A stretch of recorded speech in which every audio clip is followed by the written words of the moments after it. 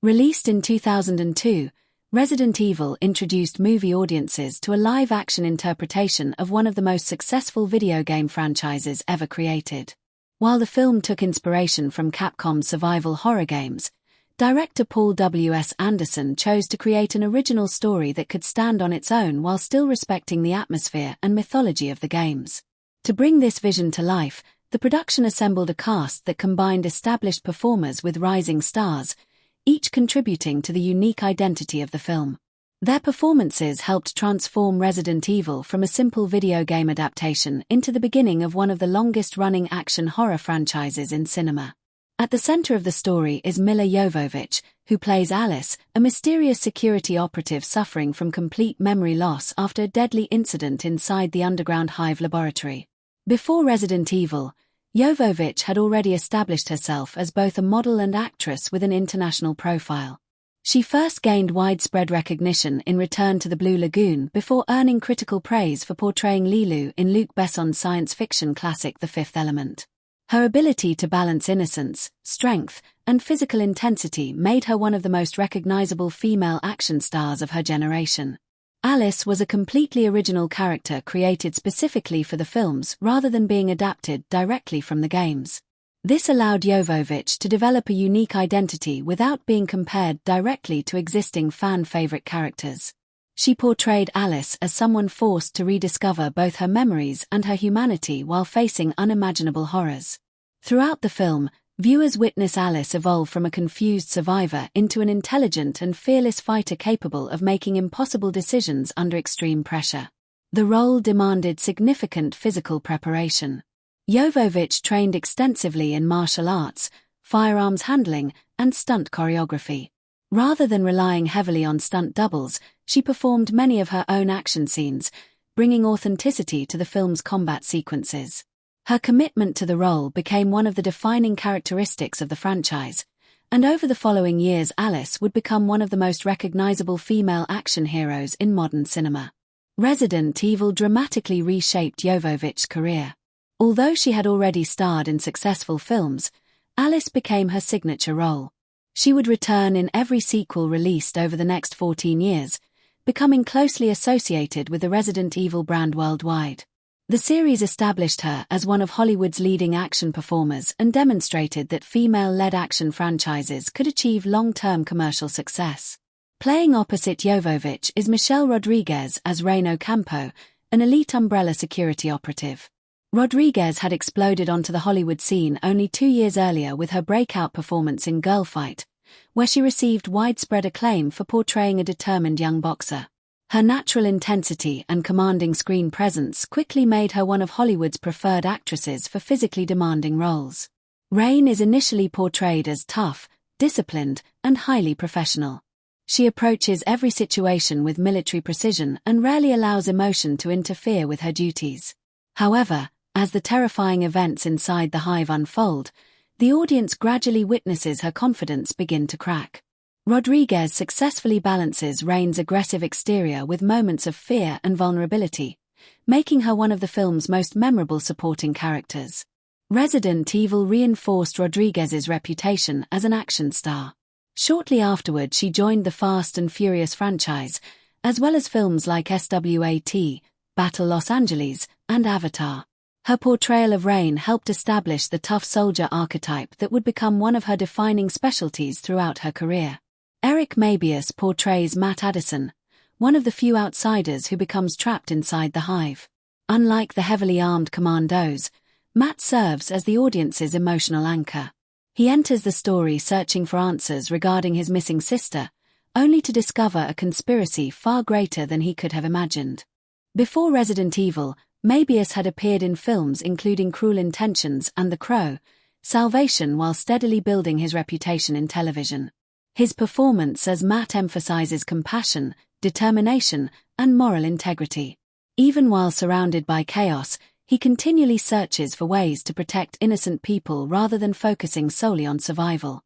Matt's relationship with Alice gradually develops into one built on trust despite both characters beginning the story with hidden identities and uncertain loyalties.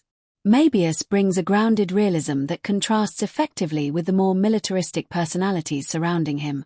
Although his character's fate leaves room for future developments, Matt remains one of the film's emotional foundations.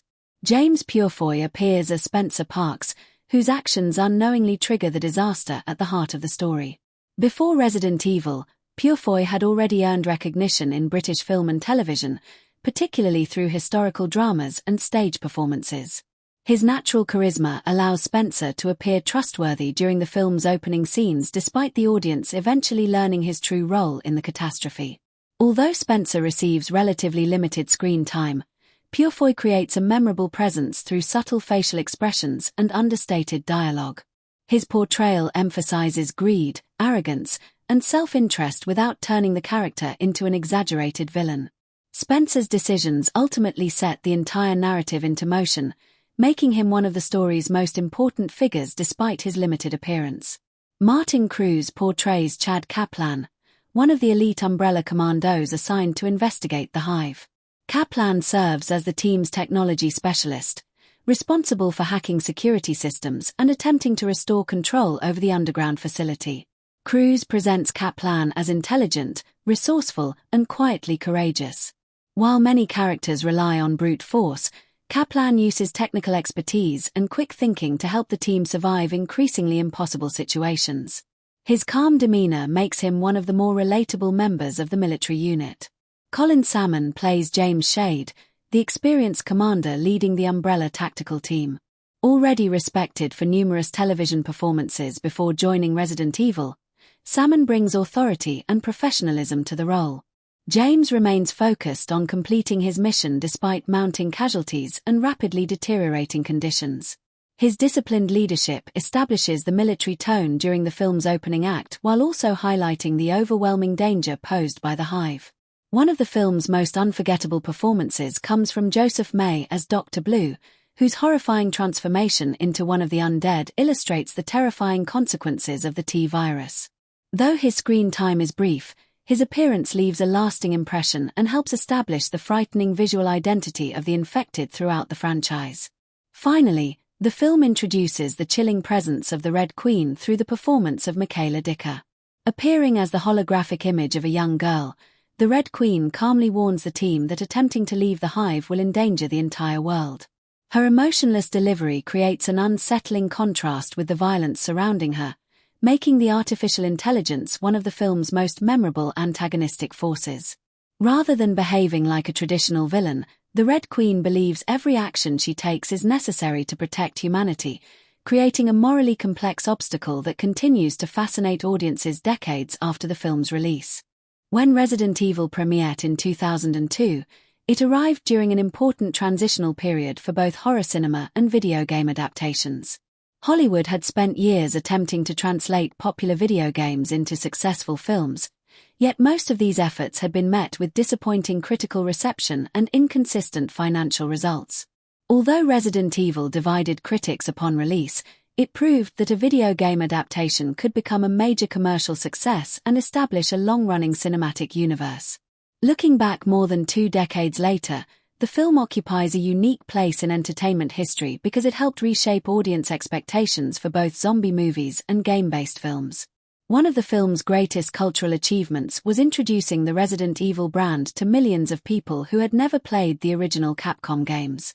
Since the release of the first Resident Evil game in 1996, the franchise had developed a loyal fan base among gamers through its combination of survival horror, puzzle solving, limited resources, and terrifying creatures. However, gaming in the late 1990s was still considered a relatively niche hobby compared to mainstream cinema. The movie dramatically expanded the franchise's global visibility, making the Umbrella Corporation, the T-virus, and the Hive recognizable concepts far beyond the gaming community. The film also arrived just before zombies experienced one of the largest revivals in modern popular culture. While zombie films had existed for decades thanks to the groundbreaking work of filmmaker George A. Romero, the genre had become less dominant by the late 1990s. Resident Evil helped renew interest in undead horror by combining traditional zombies with modern action filmmaking, military science fiction, and corporate conspiracy. Instead of focusing solely on slow-moving monsters, the movie emphasized containment failures, genetic experimentation, and high-tech laboratories, giving the familiar zombie concept a contemporary scientific explanation that appealed to modern audiences. This approach influenced how many later productions presented zombie outbreaks. Instead of supernatural causes, numerous films, television series, novels, and video games increasingly explored viruses, biological weapons, and corporate negligence as the origins of global disasters. The idea that humanity's greatest threat might come from its own scientific ambitions became one of the defining themes of 21st century horror. Resident Evil also contributed to the rise of the female action hero in blockbuster filmmaking. Although audiences had already embraced iconic heroines such as Ellen Ripley from Alien and Sarah Connor from Terminator, female-led action franchises remained relatively uncommon in Hollywood during the early 2000s. Alice demonstrated that a woman could carry an action horror franchise across multiple films while serving as both the emotional and physical center of the story. Milla Jovovich's portrayal inspired countless discussions about female representation in action cinema. Alice was neither portrayed as a helpless victim nor as an invincible superhero. Instead, she evolved through experience, adapting to increasingly dangerous situations while relying on intelligence, determination, and resilience. Her popularity encouraged studios to invest more confidently in female protagonists across action, fantasy, and science fiction genres throughout the following decade. The movie also reflected growing public anxieties surrounding biotechnology and multinational corporations. During the late 20th century and early 21st century, advances in genetics, pharmaceutical research, and biological engineering generated both excitement and concern. Resident Evil transformed these real-world debates into horror by imagining a corporation whose pursuit of profit completely ignored ethical responsibility. Umbrella Corporation quickly became one of cinema's most recognizable fictional corporations. Rather than portraying evil through a single villain, the film suggested that bureaucratic systems, corporate secrecy, and unchecked scientific ambition could create disasters on an unimaginable scale. This concept resonated strongly with audiences living in an era increasingly defined by discussions about corporate accountability, environmental responsibility, and technological risk. Following the events of September 11, 2001, audiences were also becoming more aware of fears surrounding terrorism, biological weapons, and large-scale catastrophes. Although Resident Evil had been developed before those events, its story about an underground biological disaster accidentally escaping containment reflected many of the anxieties that shaped public consciousness during the early 2000s. The fear that invisible threats could emerge suddenly and overwhelm existing security systems became an increasingly common theme in entertainment during that period. Bringing Resident Evil to the big screen was a long and complicated process that began years before the cameras ever started rolling. Since the original video game became a worldwide phenomenon after its release in 1996, several studios expressed interest in adapting the franchise into a feature film. However, translating the game's unique blend of survival horror, puzzle solving, limited resources, and cinematic storytelling proved far more difficult than many expected. Multiple scripts were developed, different creative teams became involved, and several approaches were considered before the project finally found its direction. One of the earliest filmmakers attached to the adaptation was George A. Romero, the legendary director widely regarded as the father of the modern zombie film. Because Resident Evil had drawn significant inspiration from Romero's Night of the Living Dead and Dawn of the Dead, many fans believed he was the perfect choice to direct the movie. Romero even wrote a screenplay that remained much closer to the storyline of the original video game, featuring familiar characters such as Chris Redfield, Jill Valentine, Barry Burton, and Albert Wesker inside the Spencer Mansion. Although Romero's script attracted considerable attention, it was ultimately rejected. The producers believed it was too faithful to the game's structure and wanted a film that could appeal not only to gamers but also to general movie audiences unfamiliar with the source material. This decision dramatically changed the direction of the adaptation and opened the door for another filmmaker to reshape the project. Paul W. S. Anderson eventually joined the production as both writer and director.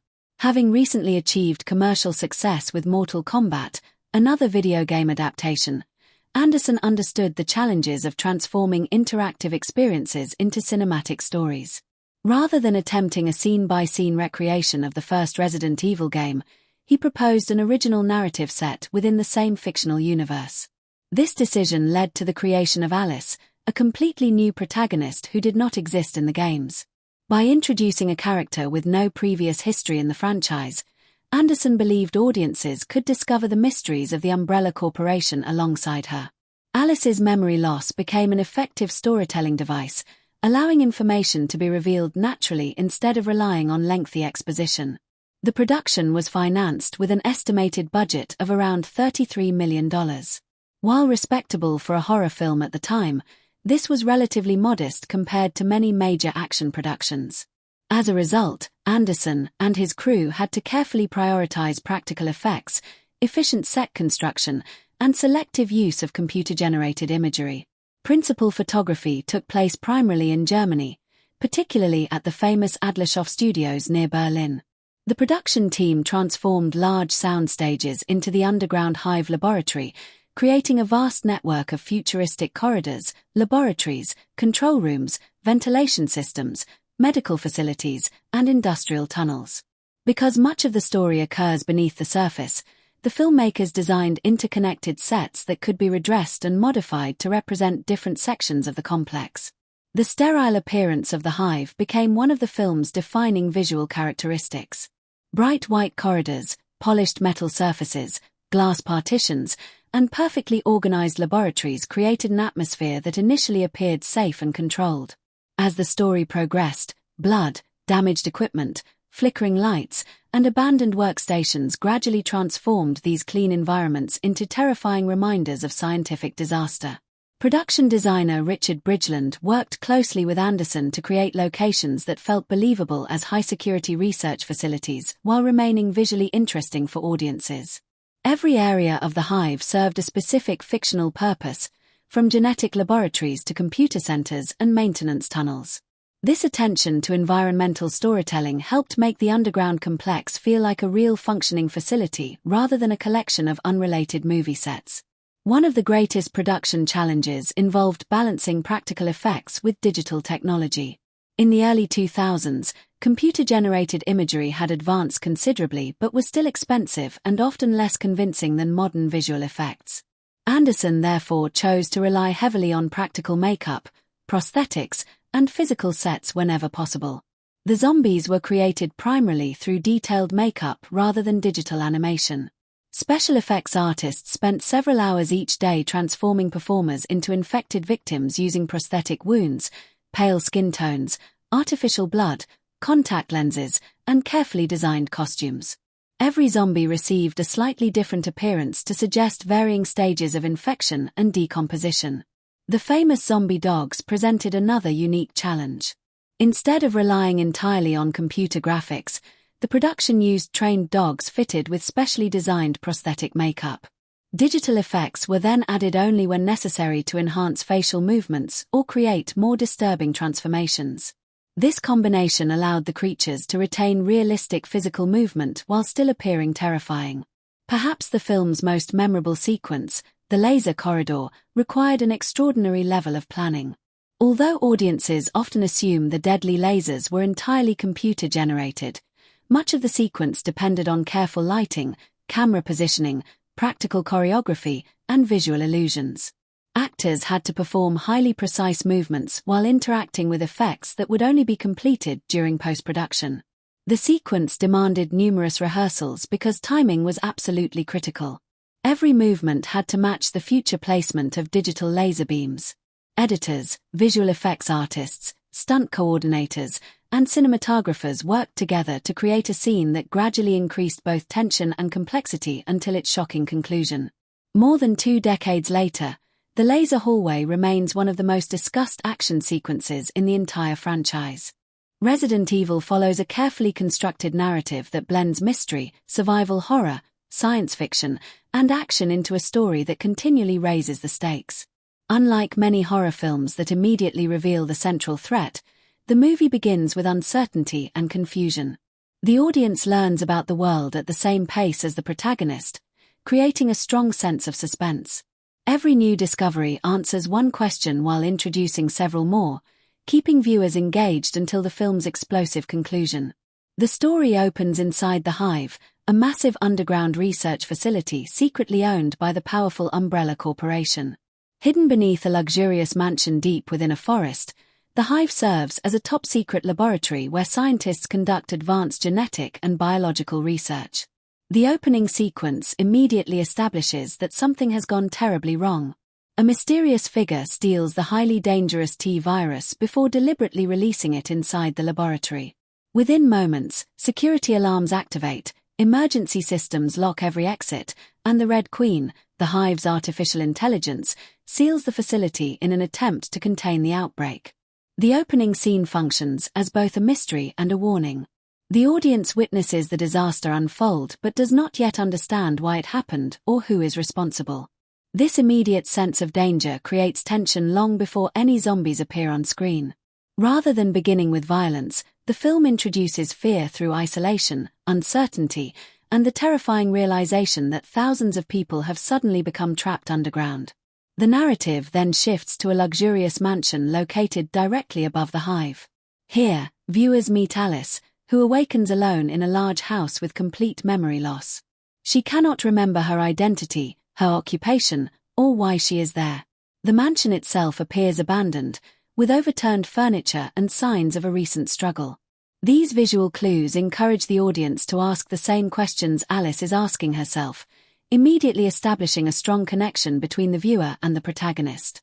Alice's amnesia becomes one of the film's most effective storytelling devices. Rather than delivering lengthy explanations about the Umbrella Corporation or the Hive, the screenplay allows information to emerge naturally as Alice gradually pieces together fragments of her forgotten life. This approach prevents the audience from knowing more than the main character, creating genuine suspense throughout the opening act. Soon afterward, a heavily armed Umbrella Command team enters the mansion. Led by James Shade, the squad quickly takes control of the situation and captures Alice along with Spencer Parks, another survivor suffering from memory loss. The soldiers also discover Matt Addison, who initially appears to be an outsider with suspicious motives. The introduction of the military team significantly changes the film's pacing. What began as a psychological mystery now evolves into a tactical mission as the group descends into the underground laboratory. The journey into the Hive marks the beginning of the film's second major act. At first, the facility appears almost untouched despite the emergency lockdown. The clean corridors, advanced technology, and perfectly organized laboratories create an unsettling contrast with the knowledge that something horrific has occurred. This calm atmosphere makes the eventual descent into chaos even more effective because danger feels constantly present despite the apparent absence of visible threats. The team's first objective is straightforward: shut down the Red Queen and restore control over the Hive. This mission provides the story with a clear short-term goal while delaying the revelation of the true disaster. As the commandos move deeper into the facility, they encounter scattered evidence of the catastrophe. Bloodstains, abandoned equipment, damaged laboratories, and mysterious corpses gradually replace the sterile perfection of the upper levels. One of the film's most memorable turning points occurs inside the laser corridor. Believing they are simply entering another secure section of the Hive, several members of the command team become trapped within an advanced security system. The deadly laser beams systematically eliminate nearly the entire squad despite their military training and sophisticated equipment. This sequence dramatically alters audience expectations. Until this point, viewers assume the heavily armed soldiers will provide protection against whatever danger lies ahead. Instead, the laser corridor demonstrates that technology itself represents one of the greatest threats inside the facility. The destruction of the command team also changes the group's internal dynamics. Without most of their experienced soldiers, survival becomes far more uncertain. Alice, Rain, Matt, Kaplan, and the remaining survivors must now depend on one another despite their conflicting personalities and hidden agendas. After successfully disabling the Red Queen, the survivors expect to regain control of the Hive. Instead, they accidentally create an even greater disaster by allowing the infected scientists to escape containment. The film cleverly reverses audience expectations here. Destroying the apparent villain does not solve the problem but instead removes one of the few systems that had been preventing the outbreak from spreading further. The revelation that the dead have returned as flesh-eating zombies marks the story's transition from mystery into full survival horror. Unlike traditional monsters, the infected represent former scientists, technicians, and employees who once worked within the facility. This detail adds emotional weight because every zombie reminds viewers of the catastrophic failure that has consumed the entire laboratory. As the survivors search for an escape route, the narrative becomes increasingly character-driven.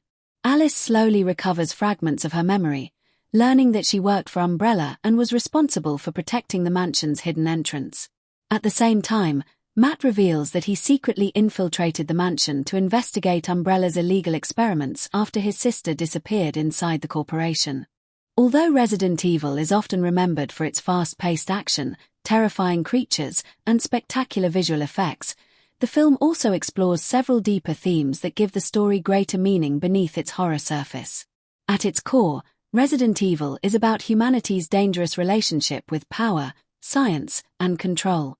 The monsters may be the most visible threat, but they are ultimately the consequence of human choices rather than the true source of evil. Throughout the film, symbols, visual motifs, and recurring ideas reinforce these themes, encouraging audiences to think about the consequences of ambition, corporate greed, identity, and survival. Perhaps the most dominant theme in the film is the danger of unchecked scientific ambition. The Hive represents humanity's desire to push beyond natural limits through genetic engineering and biological experimentation. The scientists working for the Umbrella Corporation are presented as brilliant individuals capable of extraordinary discoveries.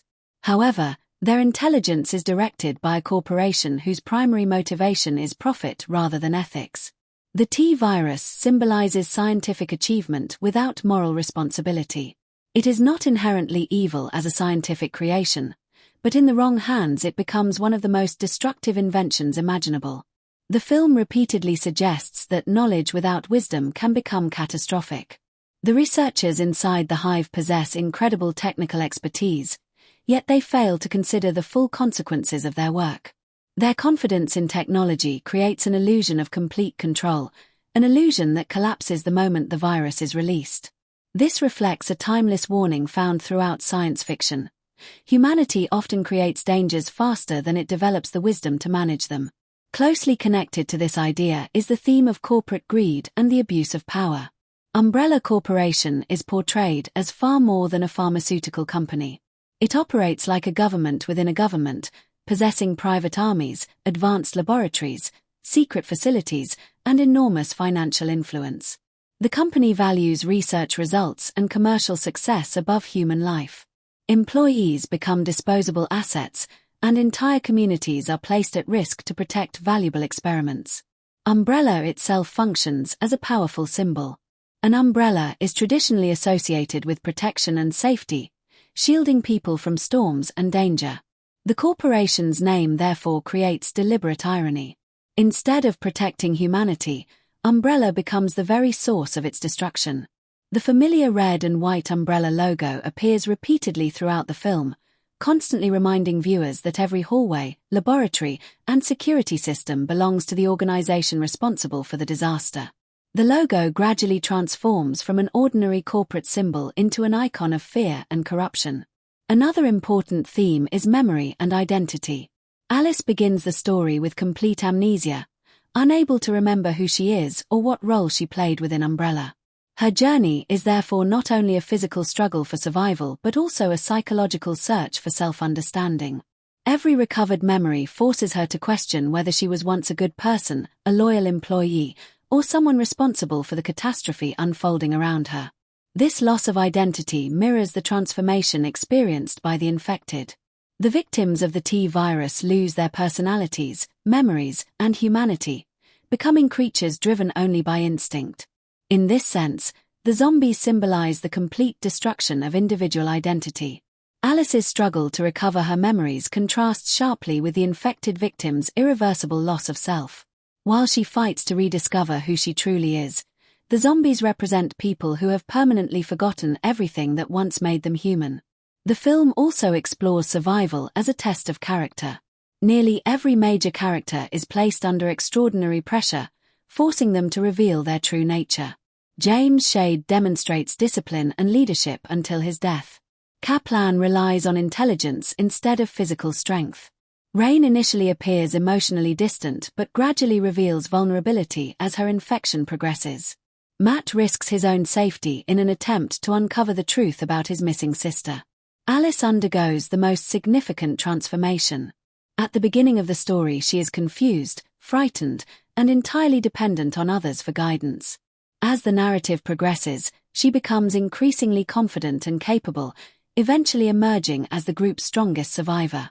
Her development suggests that true strength is not predetermined but discovered through adversity. She becomes a symbol of resilience, proving that identity can be shaped by choices rather than simply by past experiences. Control versus chaos forms another central theme throughout the film. The Hive is designed as the ultimate controlled environment. Every door, camera, laboratory, and computer system exists to maintain perfect order. The Red Queen constantly monitors every aspect of the facility, while security systems can isolate individual sections within seconds. Initially, everything appears organized with almost mechanical precision. The outbreak destroys this illusion completely. Once the virus escapes containment, every carefully designed system begins to fail. Locked doors become traps, laboratories become tombs, and security systems become deadly obstacles rather than protective measures. The transformation of the Hive symbolizes how quickly civilization can collapse when the structures maintaining order begin to fail. Technology that once promised safety instead amplifies the disaster. The Red Queen herself represents one of the film's most fascinating symbols. On the surface, she appears to be an emotionless artificial intelligence responsible for killing innocent people. However, as the story unfolds, viewers realize that her actions are entirely logical from her perspective. She seals the Hive and sacrifices everyone inside because she calculates that allowing the virus to escape would threaten all humanity. One of the defining strengths of Resident Evil is its distinctive visual identity. From its opening moments, the film establishes a cold, sterile, and technologically advanced world that gradually descends into chaos and horror. Director Paul W. S. Anderson and cinematographer David Johnson carefully designed every frame to support the film's atmosphere, using lighting, color, camera movement, production design, and visual effects to immerse the audience inside the terrifying environment of the Hive. Rather than relying solely on monsters or sudden scares, the visual presentation itself constantly creates tension, making viewers feel trapped alongside the characters. The film immediately introduces a strong contrast between two very different worlds. Above ground, the Spencer Mansion appears elegant, peaceful, and luxurious. It is surrounded by forests, natural light, and open spaces, giving the impression of safety and wealth.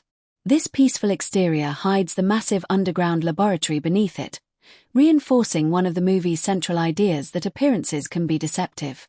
Once the characters descend into the Hive, the visual tone changes dramatically. The Hive itself becomes one of the movie's most important visual characters. Instead of creating a traditional haunted house or abandoned factory, the filmmakers designed an advanced scientific facility filled with polished metal, glass walls, white laboratories, long corridors, and sophisticated computer systems. Everything initially appears clean, organized, and perfectly maintained. The brightness of these sterile environments creates an unsettling contrast with the horrifying events that have already taken place. Unlike dark Gothic horror settings, the Hive demonstrates that terror can exist even in places filled with light. The film makes excellent use of color to reflect the emotional progression of the story. During the opening scenes, white dominates the laboratories and medical facilities. White traditionally symbolizes cleanliness, order, and scientific progress. However, as the outbreak becomes increasingly apparent, this same white environment becomes stained with blood, damaged equipment, and abandoned bodies. The gradual corruption of these pristine spaces visually represents the collapse of civilization and scientific control. Red becomes another dominant color throughout the movie. Emergency lighting frequently bathes entire corridors in deep red, creating an immediate feeling of danger. Red naturally evokes blood, violence, infection, and alarm, making it the perfect visual signal that the Hive security systems have entered crisis mode. The repeated appearance of red also connects directly to the Umbrella Corporation's logo, subtly reminding viewers that every aspect of the disaster originates from the corporation itself. Blue lighting is also used extensively, particularly in computer rooms, security centers, and technological environments. Blue often conveys coldness, logic, and artificial intelligence. Whenever the Red Queen communicates with the survivors, cool lighting emphasizes her machine-like perspective.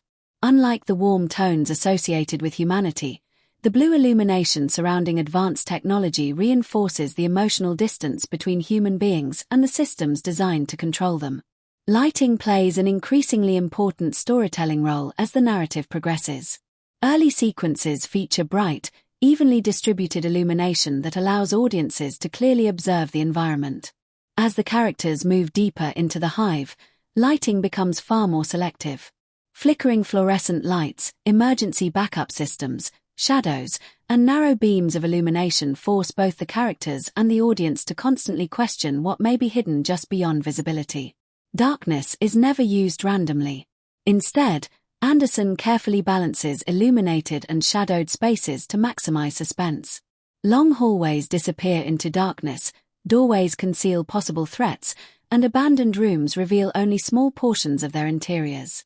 This visual uncertainty encourages viewers to imagine dangers that may not yet be visible, often creating greater fear than directly showing monsters. Camera movement is another major component of the film's visual style. During quieter scenes, the camera moves slowly and deliberately, allowing viewers to carefully study the environment.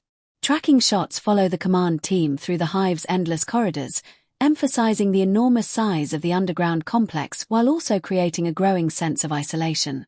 These smooth camera movements establish rhythm before moments of sudden violence interrupt the calm. When action sequences begin, the cinematography becomes far more energetic without becoming confusing. Anderson avoids the excessively chaotic editing that became common in many action films during the early 2000s. Instead, the camera generally remains stable enough for audiences to clearly understand character positions, movement, and combat choreography. This approach allows viewers to appreciate the physical performances while maintaining the intensity of each encounter. Close-up shots are frequently used to emphasize emotional reactions. Alice's confused expressions during the opening scenes allow audiences to experience her uncertainty firsthand.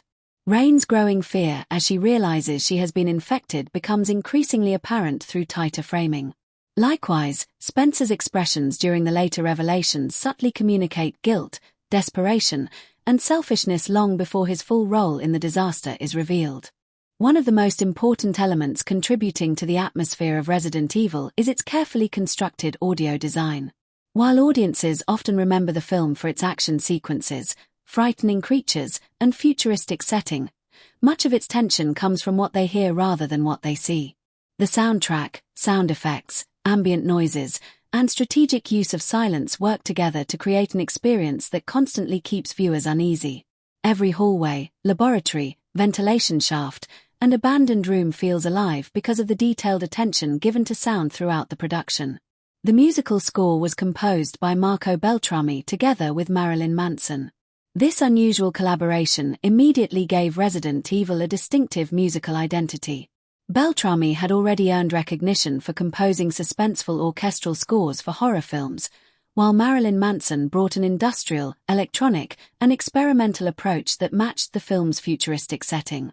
Their contrasting musical backgrounds blended surprisingly well, creating a soundtrack that feels both cinematic and unsettling. Instead of relying heavily on traditional orchestral melodies, the score frequently combines electronic textures, distorted percussion, mechanical rhythms, deep bass tones, and haunting atmospheric sounds. This approach reflects the cold technological world of the Hive far better than a conventional horror soundtrack might have done. The music rarely attempts to comfort the audience. Instead, it reinforces feelings of isolation, uncertainty, and constant danger. One of the defining characteristics of the score is restraint.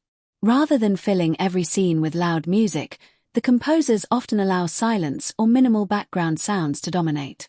This decision increases suspense because viewers become more aware of every small noise occurring within the environment. The absence of music frequently becomes just as powerful as the music itself. The opening scenes demonstrate this approach particularly well. As the virus spreads through the hive, The soundtrack remains relatively subdued, allowing emergency alarms, closing security doors, distant screams, and mechanical systems to communicate the growing catastrophe. The audience experiences the disaster almost as if they were inside the laboratory themselves, surrounded by unfamiliar sounds that gradually become more frightening. The Hive possesses its own unique audio identity. Every section of the underground facility sounds different depending on its function. Laboratories echo with humming electrical equipment and ventilation systems. Computer rooms produce soft electronic tones and mechanical vibrations. Industrial tunnels feature dripping water, distant machinery, metallic footsteps, and reverberating echoes that emphasize the enormous scale of the underground complex. These environmental sounds constantly remind viewers that the Hive remains an active technological structure even after its collapse. Air continues flowing through ventilation shafts. Emergency generators activate automatically. Computer systems process information. Doors lock and unlock. Elevators move between levels.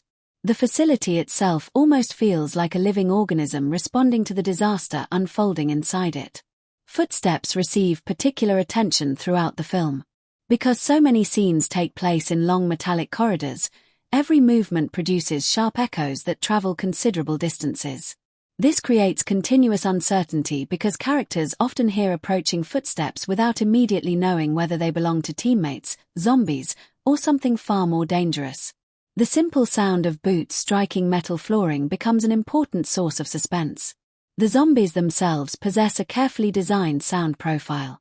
Rather than producing exaggerated monster noises, many of their vocalizations remain disturbingly human. Weak groans, strained breathing, painful cries, and broken vocal sounds remind audiences that these creatures were once ordinary people. This subtle decision makes the infected more tragic as well as more frightening.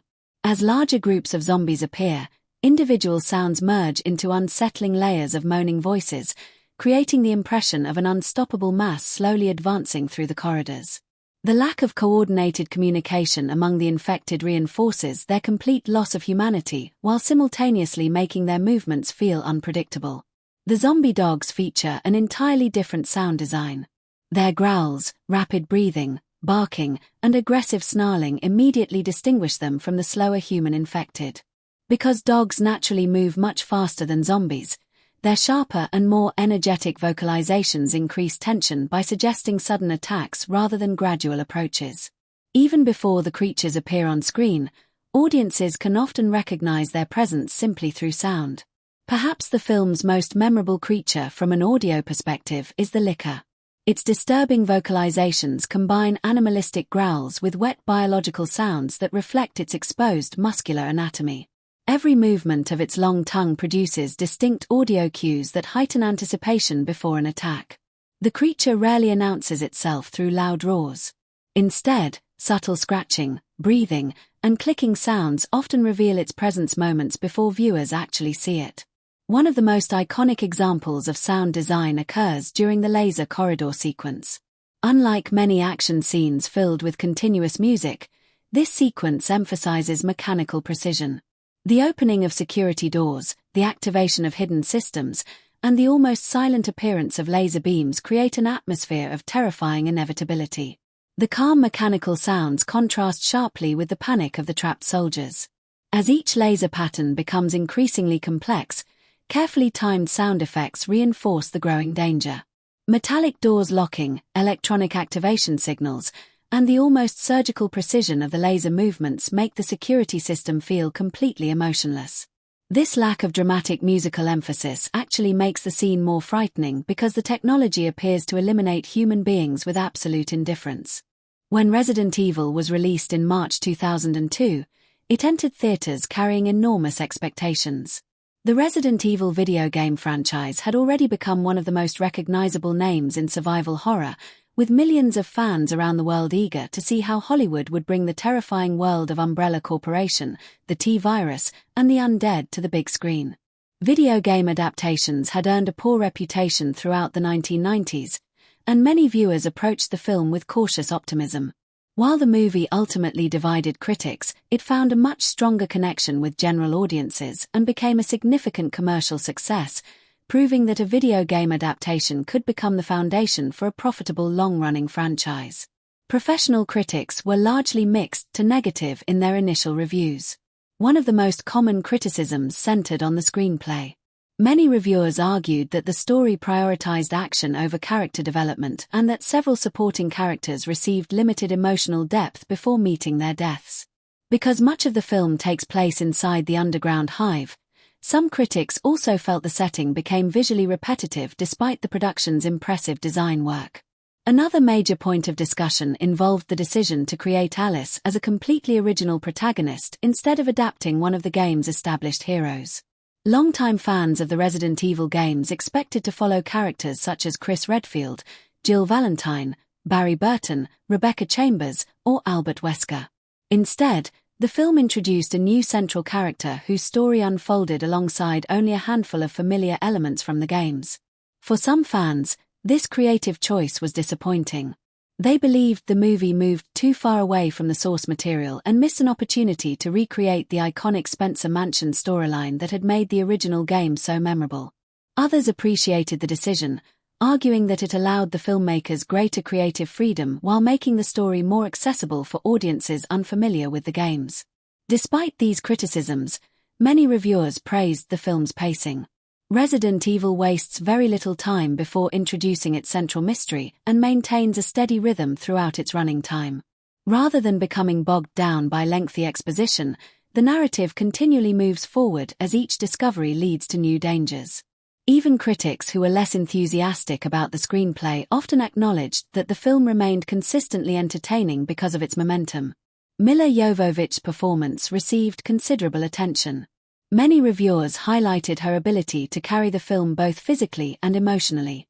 Alice begins the story as a confused woman with no memories, gradually transforming into a determined survivor capable of confronting impossible odds.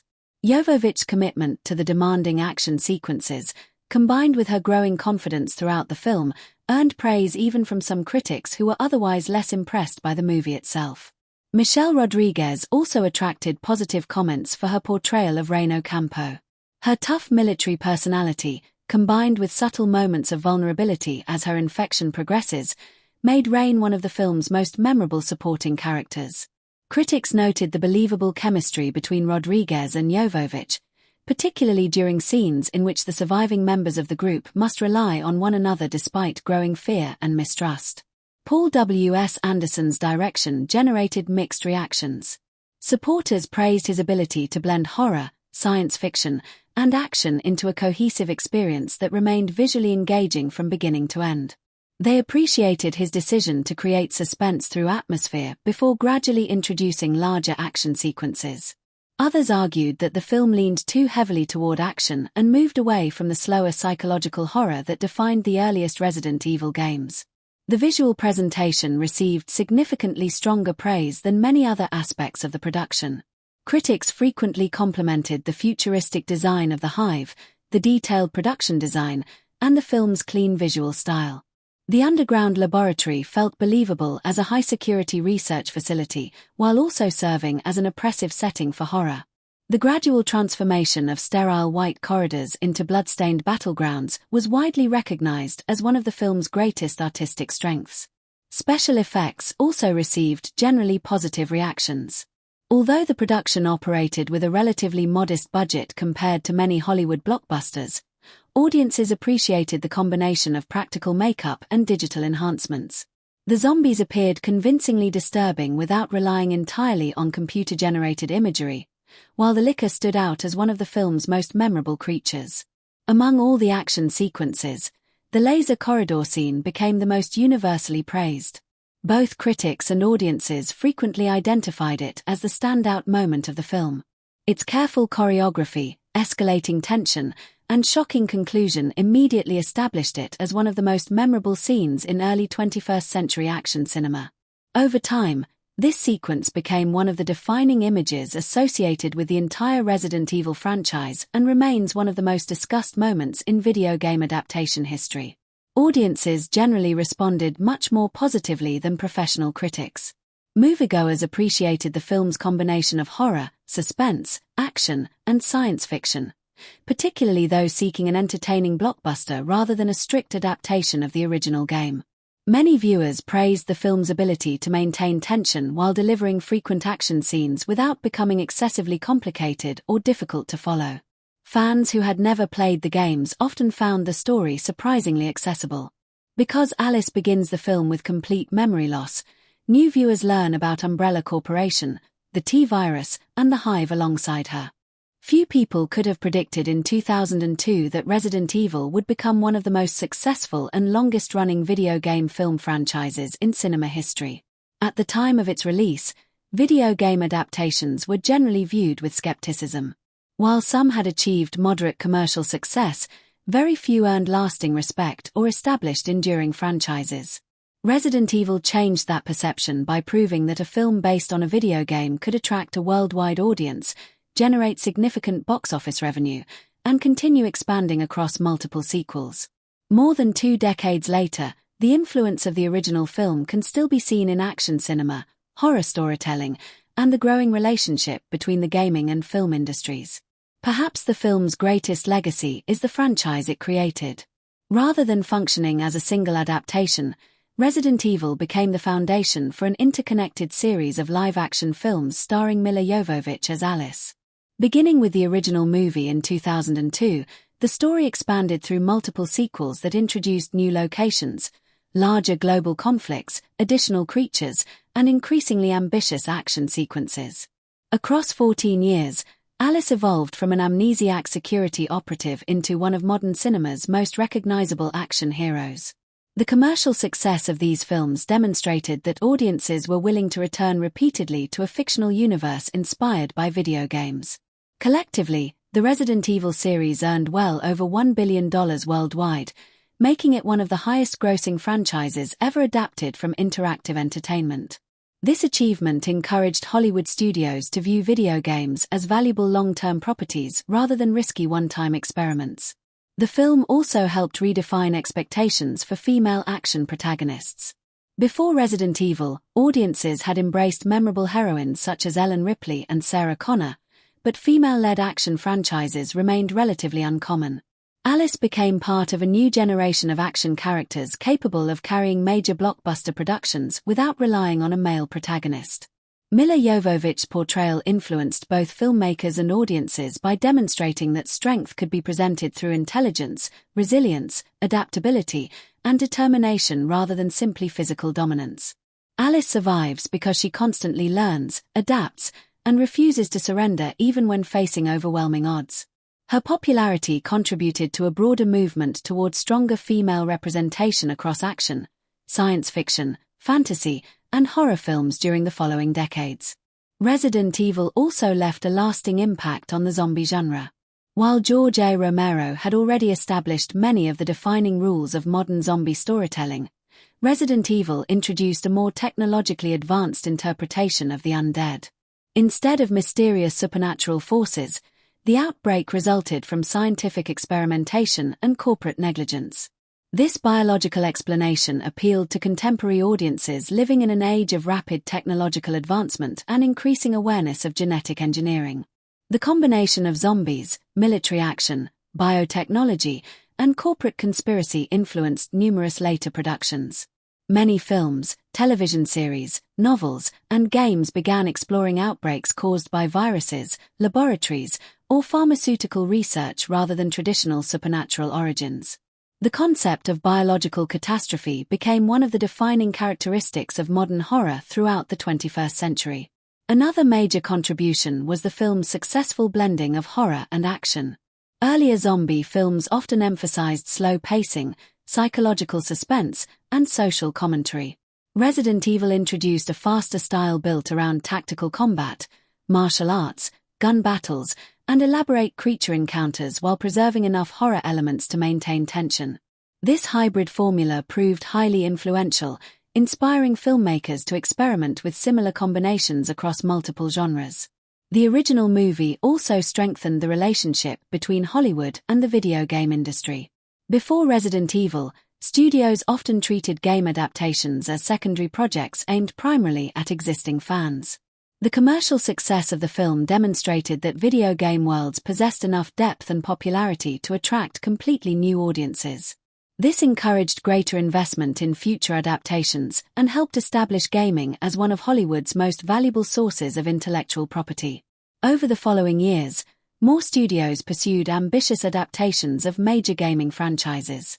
While not every project achieved the same level of success, Resident Evil showed that audiences were interested in seeing interactive worlds expanded into cinematic universes. Its influence can be observed in the increasing number of films and television series based on games released during the decades that followed. The movie also introduced several visual moments that became iconic within popular culture. The laser corridor sequence remains one of the most famous action scenes of the early 2000s. Its precise choreography, escalating tension, and shocking conclusion have been referenced, parodied, and discussed countless times across films, television, internet videos, and fan communities. Even viewers who have never watched Resident Evil often recognize the deadly laser hallway because of its lasting cultural presence. Similarly, the Red Queen became one of cinema's most memorable artificial intelligence characters. Her calm voice, childlike appearance, and unwavering commitment to logical decision-making created a villain unlike traditional monsters or corporate executives. Rather than acting out of hatred or ambition, she sincerely believes sacrificing the people inside the Hive is necessary to save humanity. This moral ambiguity helped distinguish her from many other artificial intelligence characters in science fiction. The Umbrella Corporation itself evolved into one of fiction's most recognizable evil corporations. Alongside organizations such as Weyland-Yutani, Cyberdyne Systems, and Omni Consumer Products, Umbrella came to symbolize corporate greed, unethical experimentation, and scientific irresponsibility. One of the reasons Resident Evil has remained popular for more than 2 decades is that different generations have experienced the film in very different ways. Some audiences first encountered it as devoted fans of the original Capcom video games, while others discovered the Resident Evil universe through the movie before ever picking up a controller. Because of this, the film has generated a wide variety of interpretations, emotional responses, and lasting memories. Although critics were divided when the movie was first released, audiences gradually embraced it as an entertaining blend of horror, science fiction, and action that became increasingly appreciated over time. For longtime fans of the video games, the first viewing was often filled with curiosity and anticipation. Many entered theaters hoping to see a faithful recreation of the original 1996 game, complete with the Spencer Mansion, iconic puzzles, Chris Redfield, Jill Valentine, Barry Burton, and other familiar characters. Instead, they were introduced to Alice, an entirely original protagonist created specifically for the films. This creative decision immediately divided the fan community. Some viewers appreciated the filmmaker's willingness to tell a fresh story within the Resident Evil universe rather than simply copying the game's plot. Others felt disappointed because many of their favorite characters and locations played little or no role in the first movie. These discussions continued for years and remain one of the most frequently debated aspects of the entire franchise. Interestingly, many opinions softened over time. Viewers who initially disliked Alice often came to appreciate her after watching the complete series, recognizing that she had become a unique character with her own journey rather than a replacement for the game's heroes. Likewise, many fans eventually accepted that the movies and games represented 2 different interpretations of the same fictional universe instead of direct adaptations. For audiences unfamiliar with the games, the experience was very different. Because they had no expectations regarding specific characters or storylines, they judged the film entirely on its own merits. Many appreciated the mystery surrounding Alice's identity, the gradual revelation of Umbrella Corporation's secrets, and the suspense created by exploring the underground Hive. For these viewers, Resident Evil was not simply a video game adaptation but an exciting science fiction horror film introducing an original world filled with memorable concepts. Many audience members were particularly impressed by Alice's character development. At the beginning of the film, she awakens completely alone with no memories and no understanding of who she is. This vulnerability immediately makes her relatable because viewers share her confusion. As the story progresses, audiences witness her transform into a confident survivor capable of confronting terrifying situations with intelligence and determination. This journey resonated strongly with many people because it reflected the universal idea of discovering inner strength during moments of crisis. Alice does not begin as an unstoppable hero. She becomes stronger through experience, difficult choices, and perseverance. Many viewers found this progression inspiring, especially because it unfolded naturally throughout the narrative rather than appearing suddenly or without explanation. The film also resonated with audiences through its atmosphere of uncertainty. Rather than immediately explaining every mystery, Resident Evil allows viewers to slowly assemble the truth alongside the characters.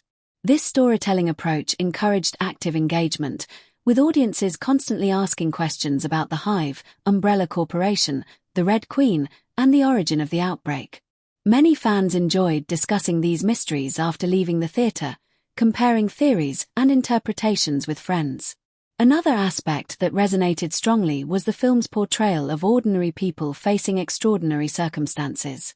Although the Umbrella Command team consists of trained professionals, they quickly discover that military experience alone cannot guarantee survival. Characters make mistakes, become frightened, and lose control despite their training. This vulnerability makes the danger feel believable because no one appears completely safe. The laser corridor sequence became one of the most unforgettable moments for audiences. Viewers often describe the scene as shocking because it completely changes expectations early in the film. Many initially assume the heavily armed commandos will remain central characters throughout the story. Instead, the security system eliminates most of them within minutes, demonstrating that technology can be just as deadly as the infected creatures. This unexpected development left a lasting impression and remains one of the scenes most frequently remembered by audiences years later. Rain Ocampo also became a fan favorite despite her relatively limited screen time. Michelle Rodriguez's performance resonated because Rain combined confidence, toughness, loyalty, and vulnerability. As her infection progresses, audiences witness her gradual realization that she cannot escape her fate. Many viewers found these scenes emotionally powerful because Rain remains courageous even while understanding the inevitable consequences of the virus. Matt Addison's storyline generated sympathy for different reasons. His determination to uncover the truth about his missing sister reflects the emotional cost of Umbrella's experiments. Rather than seeking revenge or personal gain, Matt simply wants answers and justice. His tragic fate reminded audiences that innocent people often suffer the greatest consequences of corporate corruption and scientific irresponsibility. One of the most fascinating audience interpretations concerns the Red Queen. During the film's early scenes, most viewers naturally perceive her as the primary antagonist. She seals the Hive, traps the survivors, and appears responsible for numerous deaths. However, as the story unfolds, audiences gradually realize that her actions may actually have been the most logical response to the outbreak. Although Resident Evil is widely recognized for its action, horror, and science fiction elements, the film's emotional foundation comes from the evolution of its characters.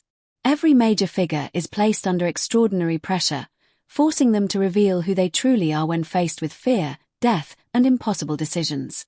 While the story moves quickly and contains numerous action sequences, each central character experiences some form of transformation. Their motivations, relationships, and personal conflicts help elevate the film beyond a straightforward monster story, giving audiences individuals they can invest in emotionally as the disaster unfolds. The most significant character arc belongs to Alice, portrayed by Milla Jovovich. Alice begins the film in perhaps the most vulnerable position imaginable. She awakens alone inside a luxurious mansion with no memory of her identity, her past, or even her own name. She has no understanding of where she is, why she is there, or who can be trusted. This complete loss of identity immediately creates empathy because the audience experiences the world through her perspective. Every mystery the viewer encounters is also a mystery to Alice. At the beginning of the story, Alice is forced to depend on others for information and direction. She follows the Umbrella Command team because she has little alternative, yet she constantly questions their motives and her own role in the unfolding events. Rather than presenting her as an immediate action hero, the screenplay allows her confidence to develop gradually. This progression makes her transformation feel earned rather than artificial. As fragments of her memory slowly return, Alice discovers that she was once an employee of the Umbrella Corporation assigned to protect the entrance to the Hive. This revelation creates an internal conflict. She fears she may have contributed to the disaster or supported an organization responsible for unimaginable crimes. Instead of allowing guilt to paralyze her, Alice chooses to judge herself by her present actions rather than her forgotten past. This decision becomes the emotional turning point of her character arc. Throughout the remainder of the film, Alice repeatedly demonstrates courage, compassion, and leadership. She protects weaker members of the group, makes difficult decisions under pressure, and refuses to abandon others despite overwhelming danger. By the conclusion, she has transformed from a confused victim into the group's strongest survivor. Importantly, her growth is not defined simply by physical combat skills but by increasing confidence, moral clarity, and emotional resilience. Alice's journey also explores the philosophical question of identity. Because she cannot initially remember who she once was, she must determine who she wants to become. The film suggests that character is ultimately shaped not by past experiences alone but by present choices. This gives Alice's development a universal quality that resonates with audiences regardless of the film's science fiction setting. Rain Ocampo undergoes one of the film's most tragic transformations. Introduced as a disciplined and highly capable member of the Umbrella security team, Rain initially appears fearless. She approaches every mission with professionalism, follows orders without hesitation, and rarely displays emotional vulnerability. Michelle Rodriguez portrays Rain as someone who has spent years relying on strength and self-control to survive dangerous situations. As the outbreak worsens, however, Rain begins confronting threats that military training cannot solve. Her confidence gradually gives way to uncertainty as the team realizes they are facing an enemy unlike anything they have encountered before. The turning point occurs when Rain becomes infected by a zombie bite. Unlike many horror films in which infected characters immediately transform, Resident Evil allows viewers to witness Rain's gradual realization that she is dying. This slow progression makes her storyline particularly emotional. She struggles to maintain her composure despite understanding that her condition is irreversible. Her physical deterioration mirrors her emotional journey as fear slowly replaces certainty. Yet even during her final moments, Rain never completely abandons her courage. She continues fighting for the group's survival despite knowing she cannot save herself. Rain's arc illustrates one of the film's central themes. True bravery is demonstrated not by the absence of fear but by continuing to act despite fear. Her determination in the face of inevitable death makes her one of the story's most memorable and sympathetic characters. Matt Addison represents the moral conscience of the group. Unlike the Umbrella Commandos, Matt enters the Hive not as a soldier but as an ordinary man searching for answers about his missing sister. His motivations are deeply personal rather than professional. He believes Umbrella Corporation is hiding dangerous secrets and is willing to risk his own safety to uncover the truth. Throughout the story, Matt consistently prioritizes protecting others over his own survival. Even when suspicion falls upon him, he remains focused on exposing Umbrella's crimes.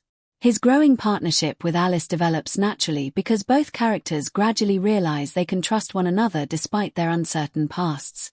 Matt's greatest emotional conflict comes from discovering the horrifying fate of his sister. Rather than finding the person he hoped to rescue, he encounters the devastating consequences of Umbrella's experiments. This revelation transforms his investigation into a personal tragedy. His final fate is equally tragic.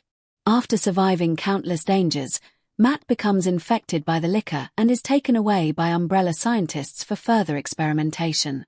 Instead of escaping, he becomes another victim of the corporation he sought to expose.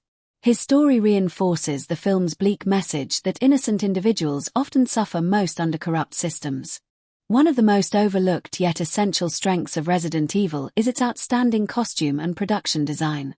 Every uniform, laboratory, corridor, computer room, and creature was carefully crafted to establish a believable world where advanced science and unimaginable horror could exist side by side.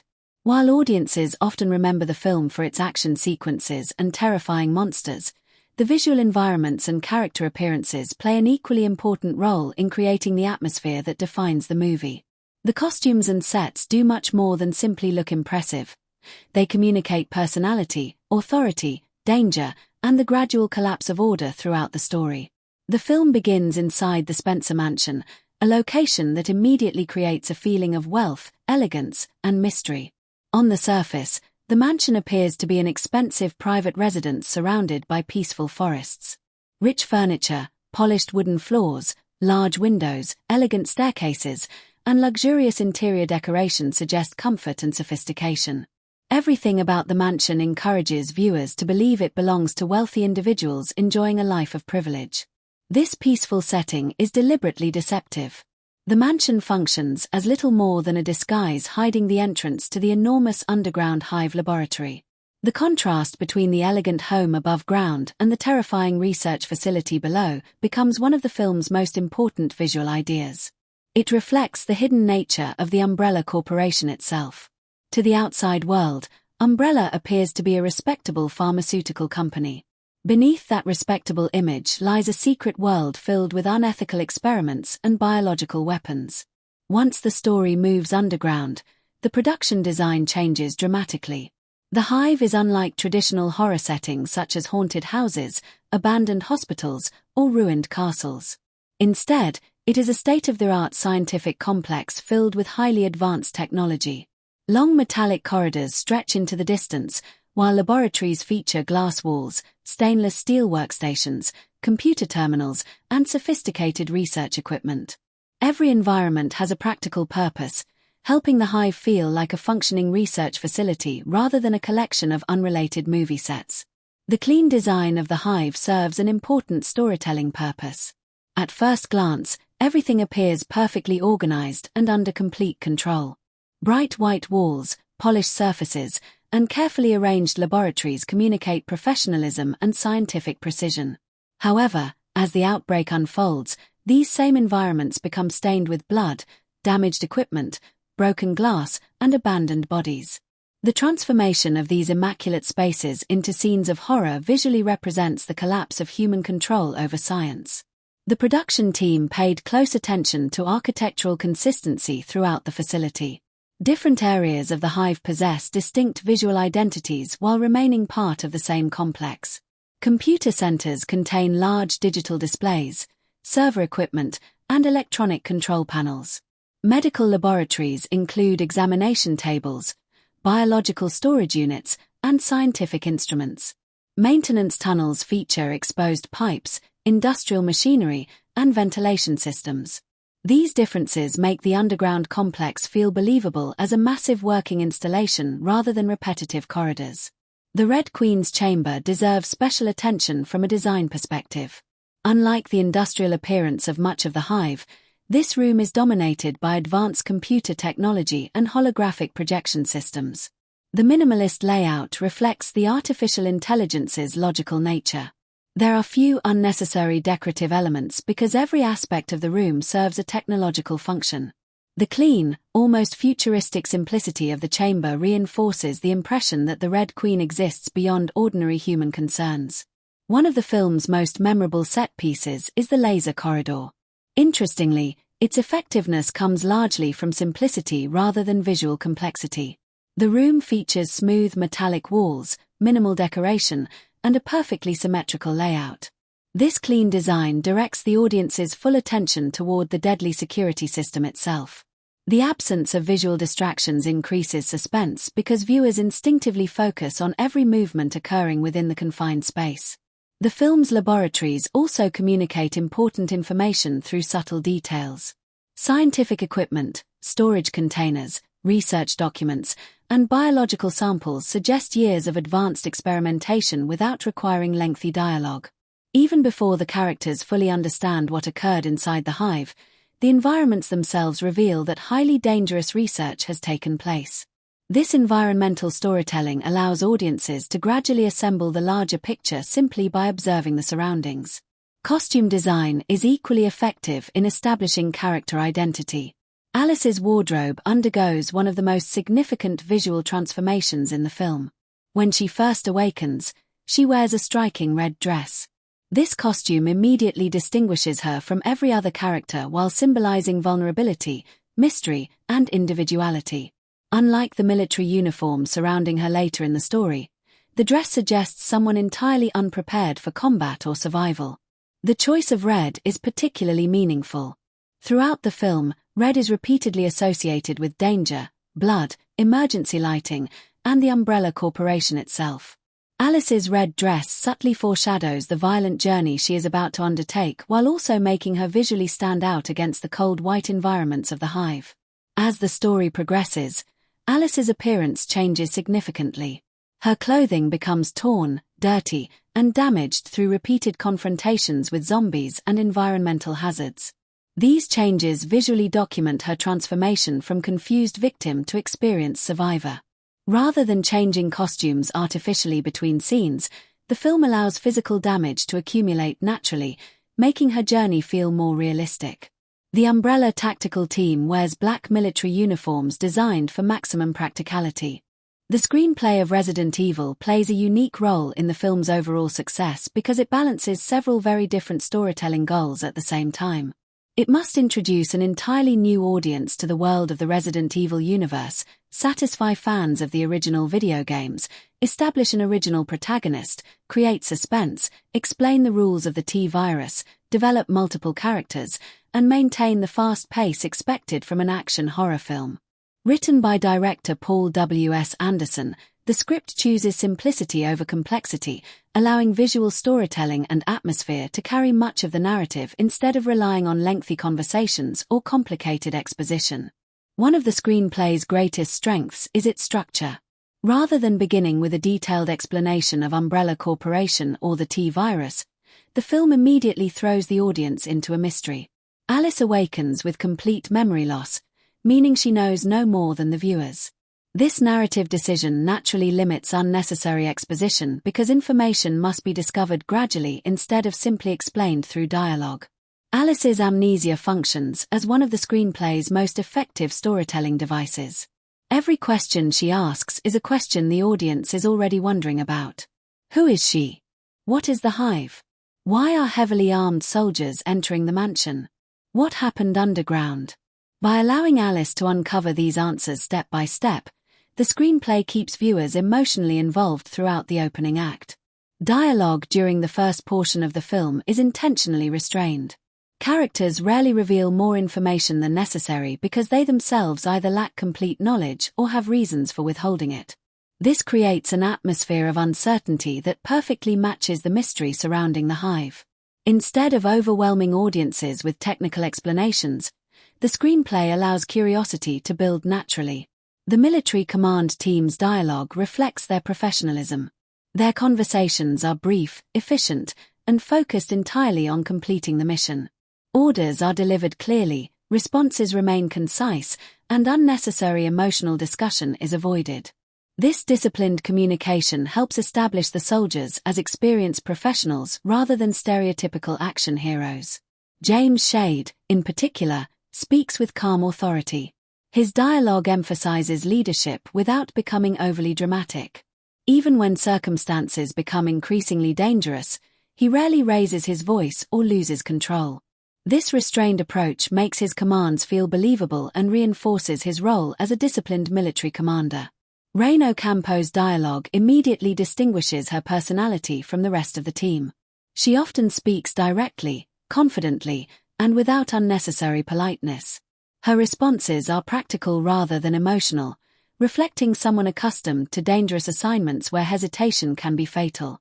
Michelle Rodriguez delivers these lines with natural confidence, giving Rain a commanding presence despite relatively limited dialogue.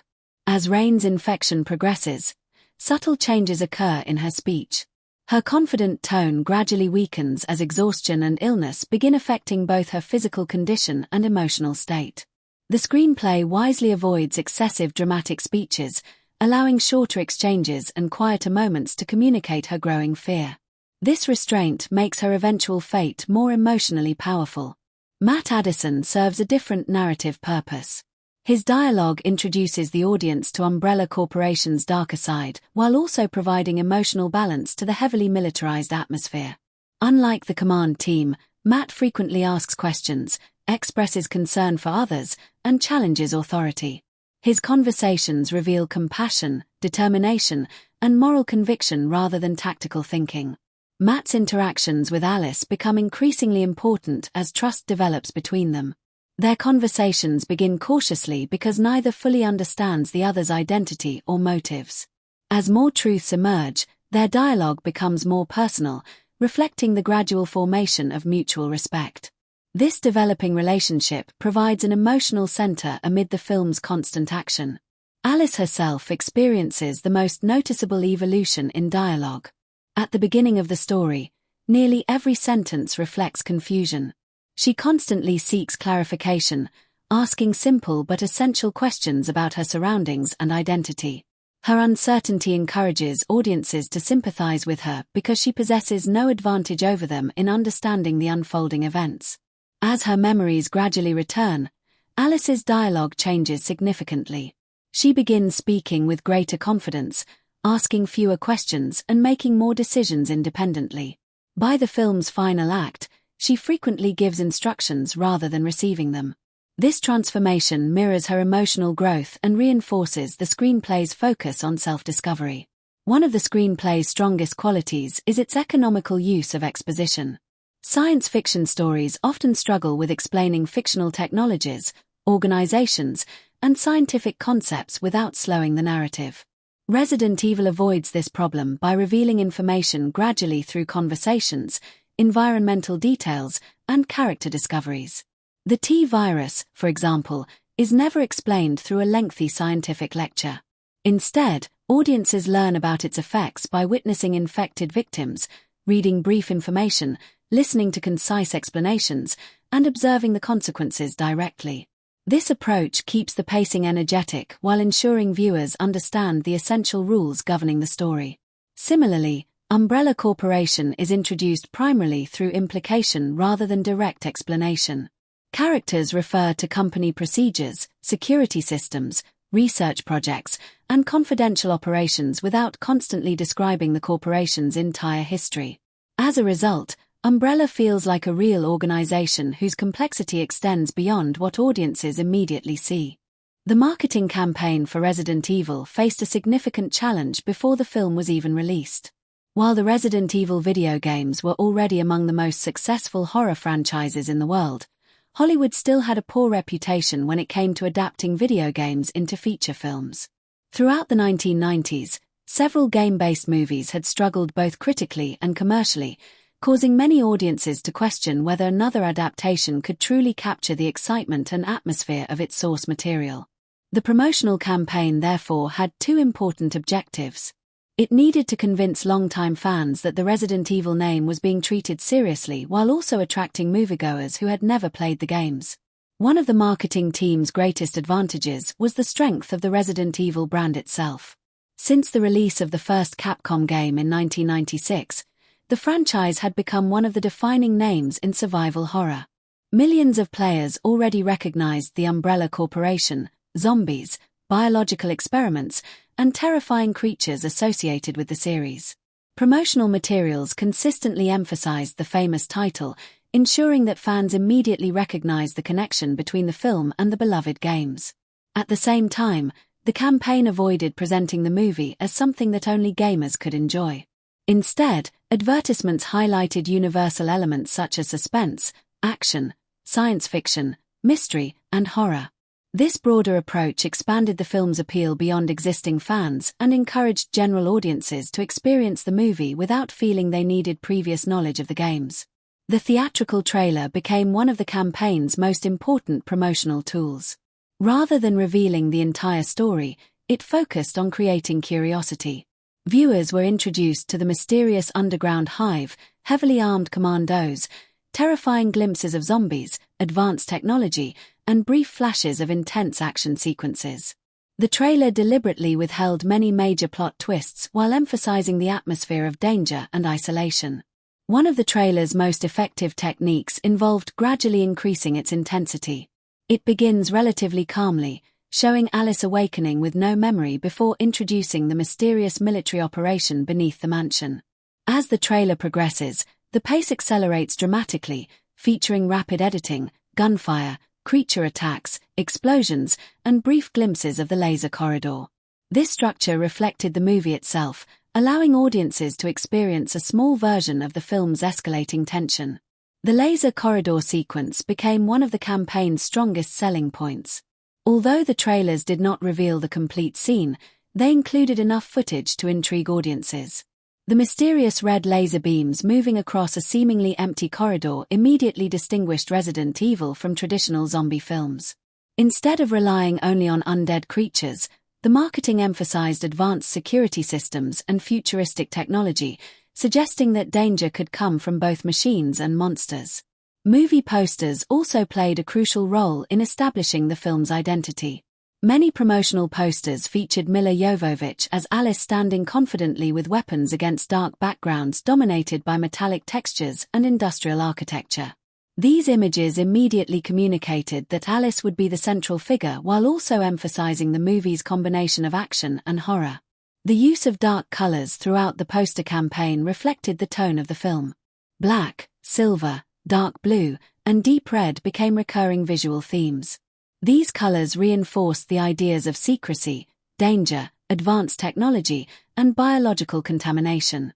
The Umbrella Corporation logo frequently appeared within promotional materials, helping establish one of the franchise's most recognizable symbols before audiences even entered the theater. Another notable aspect of the marketing campaign was its emphasis on Milla Jovovich. Although she was already known for films such as The Fifth Element, Resident Evil presented her in a very different role.